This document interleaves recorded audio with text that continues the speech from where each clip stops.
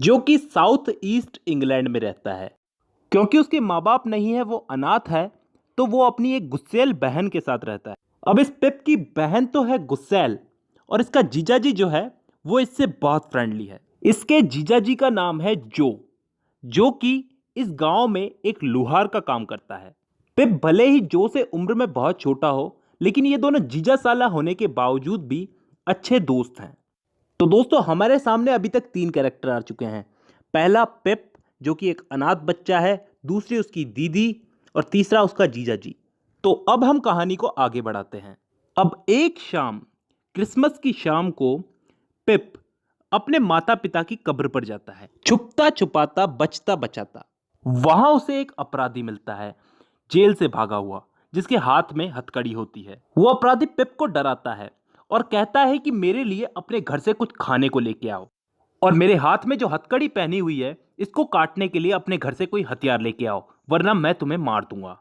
अब दोस्तों, पिप एक छोटा साफ दिल का बच्चा है, तो वो अपने घर पे जाता है और जा करके अपनी बहन के घर से खाना और अपने जीजाजी के गोदाम से काटने के लिए कुछ कटर लेके आता है, चोरी करके। पिप उस अपराधी को वो कटर और खाना दे करके वापस आ जाता है। अब दोस्तों, अगला दिन होता है। अगले दिन पिप और उसका जीजा जो कि उससे बहुत फ्रेंडली है, वो दोनों देखते हैं कि कुछ सिपाहियों ने उस अपराधी को पकड़ लिया है। जब वो अपराधी एक दूसरे अपराधी से दलदल में लड़ रहा था, उसे सिपाहियों ने पकड़ लिया है। अब दोस्तों, उस अपराधी ने सिपाहियों के साथ जाते जाते उन सिपाहियों का, रुको रुको, मुझे इस बच्चे को धन्यवाद करने दो, क्योंकि कल इसने मुझे खाना खिलाया था। तो वो वहां से जाते जाते पिप को खाना लाने के लिए धन्यवाद दे करके जाता है। अब दोस्तों, इस अपराधी का नाम मैगविच था। अब इसका नाम आगे आएगा, सो प्लीज याद रखना। अब थोड़ी देर के लिए इस कहानी को भूल जाओ। अब मैं आपको बताता हूं कि जिस गांव में पिप और उसकी बहन और उसका जीजा रहते हैं, उसी गांव में पिप के घर से थोड़ा सा दूर एक सन की पैसे वाली बुढ़िया रहती है। मतलब इतनी भी बुढ़ी नहीं है, थोड़ी अधेड़ है, लेकिन ये थोड़ी सी सन की है। और इस सन की औरत का नाम है मिस हैविसम। मिस हैविसम 24 घंटे एक वेडिंग ड्रेस पहन के रखती है। ये ड्रेस उसने 20 सालों से पहन के रखी है। 20 साल पहले मिस हैविसम का मंगेतर जो है वो शादी वाले दिन उसको धोखा देकर के भाग गया, और वो शादी के कपड़ों में 20 सालों से वैसे की वैसे ही है।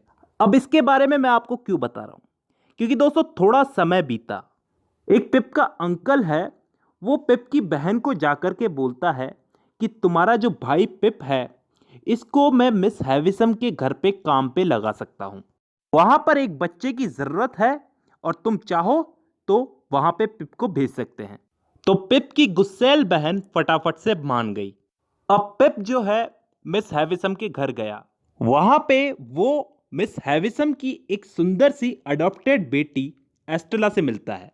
सीधी सी बात है, वो बेटी मिस हैविसम की तो नहीं हो सकती, अडॉप्टेड ही होगी, क्योंकि मिस हैविसम की तो शादी नहीं हुई। उसकी तो शादी के दिन ही उसका जो मंगेतर है वो उसको छोड़ के भाग गया था।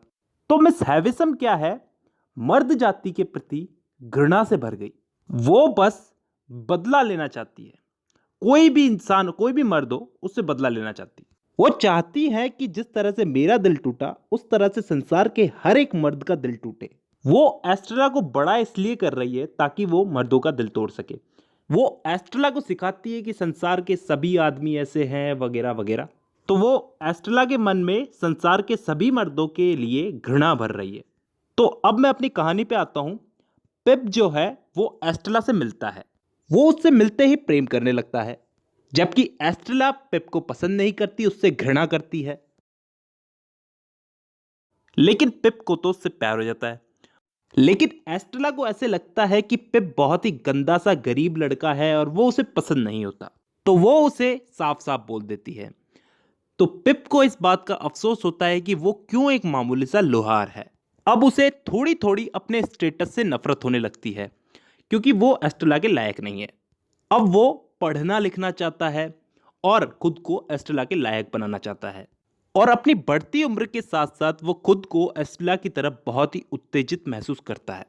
अब दोस्तों, कहानी में होना क्या था, वो अपनी बढ़ती उम्र के साथ साथ अपने छोटे स्टेटस से नफरत करने लगा और पढ़ लिख कर खुद को एस्ट्रेला के बराबर लाना चाहता था।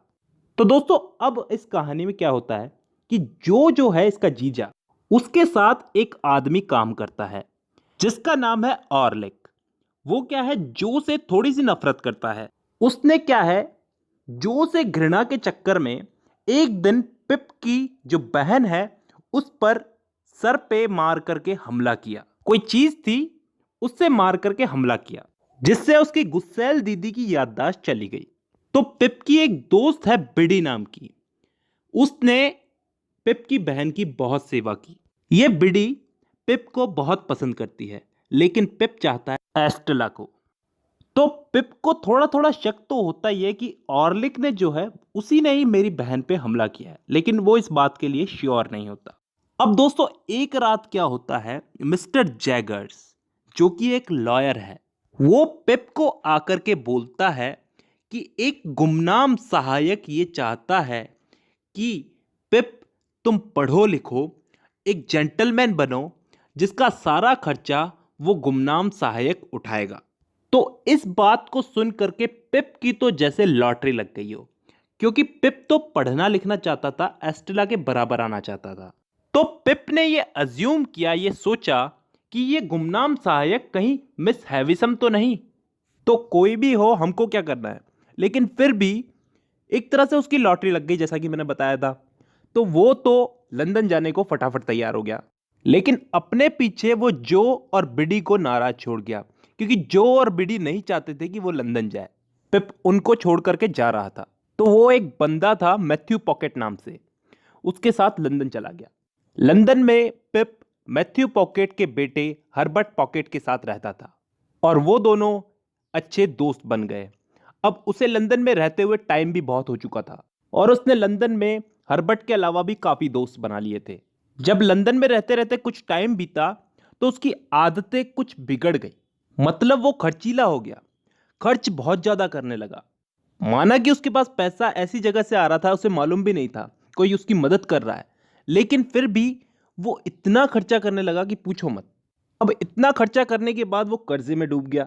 अब क्या हुआ, एक दिन उसका ब्रदर इन लॉ जो उससे मिलने लंदन आया।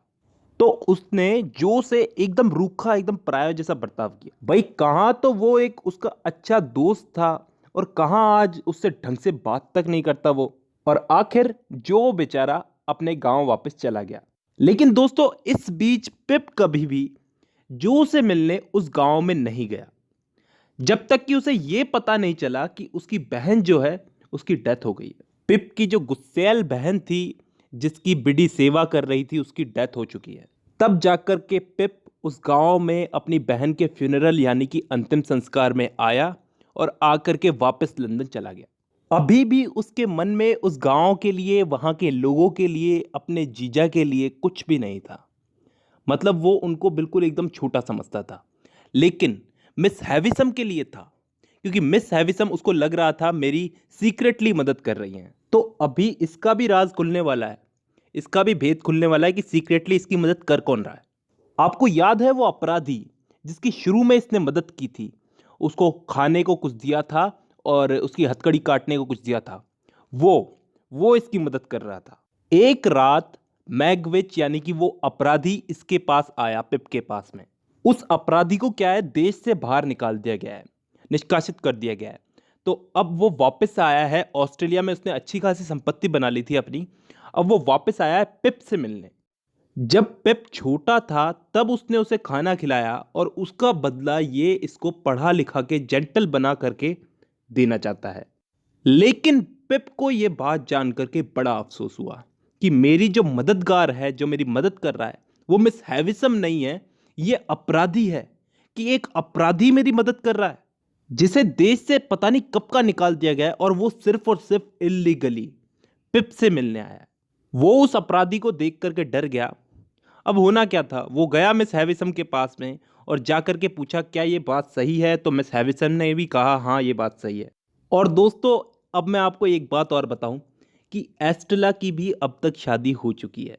एस्टेला ने ब्रेंटली ड्रम्बल नाम के एक अमीर लड़के से शादी कर ली है। पिप को इस बात का भी अफसोस हुआ। अब दोस्तों मिस हैविसम ने भी पिप से माफ़ी मांगी। उसने इस बात के लिए माफ़ी मांगी पिप से कि उसने एस्टेला और तुम्हारा यूज़ किया अपनी सनक को पूरा करने के लिए। उसने पिप को यह भी बताया कि एस्टेला उसकी खुद की बेटी नहीं है, जैगर्स ने उसे कहीं से उसे लाके दिया था। जैगर्स वही वकील था जिसने पिप को कहा था कि तुम्हारा अननोन जो कोई मदद करने वाला है तुम्हें लंदन में पढ़ाना चाहता है, वही वकील था, याद है ना। तो मिस हैविसम पिप से माफ़ी मांगती है तो पिप उन्हें हाथों हाथ माफ़ कर देता है, कह देता है कि मुझे आपसे कोई शिकायत नहीं है। तभी मिस हैविसम के कपड़ों में आग लग जाती है। पिप उनको बचा लेता है लेकिन वो फिर भी मर जाती हैं। अब पिप फिर से लंदन लौटता है। वो सबसे पहले लंदन लौटने के बाद जैगर से मिलता है। जैगर से पूछता है कि तुमने हैविसम को ला करके दिया था, लेकिन एस्टेला तुम्हें कहां से मिली। तो जैगर्स उसको बताता है कि एस्टेला जो है वो उसकी नौकरानी मॉली की बेटी थी। और दोस्तों इस मॉली का हस्बैंड पता है कौन है? वही अपराधी मैगविच। जो अपराधी मैगविच पिप की मदद कर रहा था ना सीक्रेटली, वही एस्टेला के पिताजी हैं, यानी कि मॉली के हस्बैंड हैं। तो पिप उस अपराधी मैगविच के पास जाकर के बोलता है कि तुम्हारी बेटी जो है एस्टेला वो जिंदा है, उसकी शादी हो चुकी है वगैरह वगैरह। वो बहुत खुश होता है क्योंकि उसको पुलिस ने वापस से अरेस्ट कर लिया है, उस अपराधी को, क्योंकि वो इलीगली लंदन में आया था वापस, तो उसको पुलिस ने अरेस्ट कर लिया था। तो अपराधी मैगविच भी ये बात जानकर के खुश होता है कि मेरी बेटी जिंदा है। लेकिन दोस्तों अब पिप के लिए तो कुछ भी नहीं बचा। उसका लंदन में बहुत सारा कर्जा हो गया था, उसकी जो नवाबी शौक हो गए थे उसकी वजह से।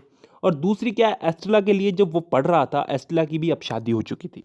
उसने बार बार एस्टेला को कहा कि मुझसे शादी कर लो वगैरह वगैरह, लेकिन एस्टेला नहीं मानी। तो पिप तो अब ना घर का रहा ना घाट का रहा। ऊपर से उसने अपने जीजा ब्रदर इन लॉ जो की भी बहुत इंसल्ट की थी।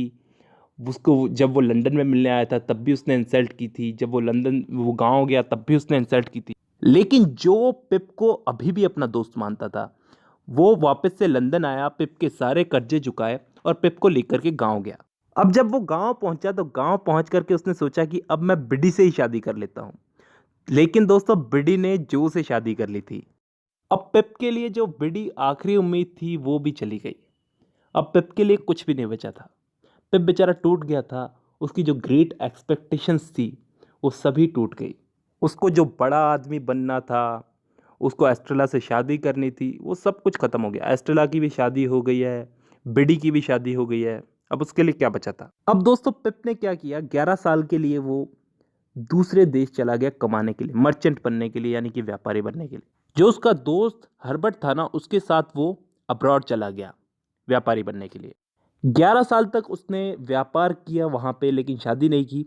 अब 11 साल बाद जब वो वापस लौट करके आया तो एस्टेला उसके सामने थी। उसने देखा कि उसी की कार्बन कॉपी, जो और बिडी का बच्चा पिप सेकंड, एस्टेला के पास भागता हुआ जा रहा है। लेकिन उसने यही सोचा कि एस्टेला यहां कैसे, इसकी तो शादी हो गई थी। तो एस्टेला पिप से मिली और उससे पूछा कि क्या तुम अभी भी मुझसे पिप सेकंड उससे पूछा कि क्या तुम अभी भी मुझसे प्रेम करते हो। क्योंकि दोस्तों एस्टेला का जो अमीर हस्बैंड था ना, ड्रम्बल, उसने क्या है कि एस्टेला को मारता पीटता रहता था और वो क्या है कि घोड़े से गिर करके मर चुका था। और दोस्तों अब तक तो एस्टेला का भी घमंड चूर हो गया था। तभी तो उसने पिप से जाकर के पूछा क्या तुम अभी भी मुझसे प्रेम करते हो। तो इस कहानी की हैप्पी एंडिंग कुछ इस तरह से हुई कि पिप और एस्टेला दोनों हाथ पकड़ के गार्डन में चल रहे हैं और यहीं पे ही कहानी की हैप्पी एंडिंग हो गई। पता नहीं चला कि क्या पिप और एस्टेला की शादी हो गई। लेकिन इस कहानी में एक एंड में एक लाइन पढ़ी थी मैंने। वो लाइन कुछ इस तरह से थी कि जब वसंत बीत गया, what is the use of flowers when spring is over. जब वसंत बीत गया तो फूलों का क्या काम। अब आप खुद सोच सकते हैं कि एस्टेला भी अधेड़ हो चुकी थी और पिप भी अधेड़ हो चुका था। मतलब 11 साल उसने वहाँ पे मर्चेंट के रूप में बिताए और ज़िंदगी भर पिप कहता रहा, लेकिन वो नहीं मानी। तो दोस्तों आज की वीडियो में बस इतना ही। अब मुलाकात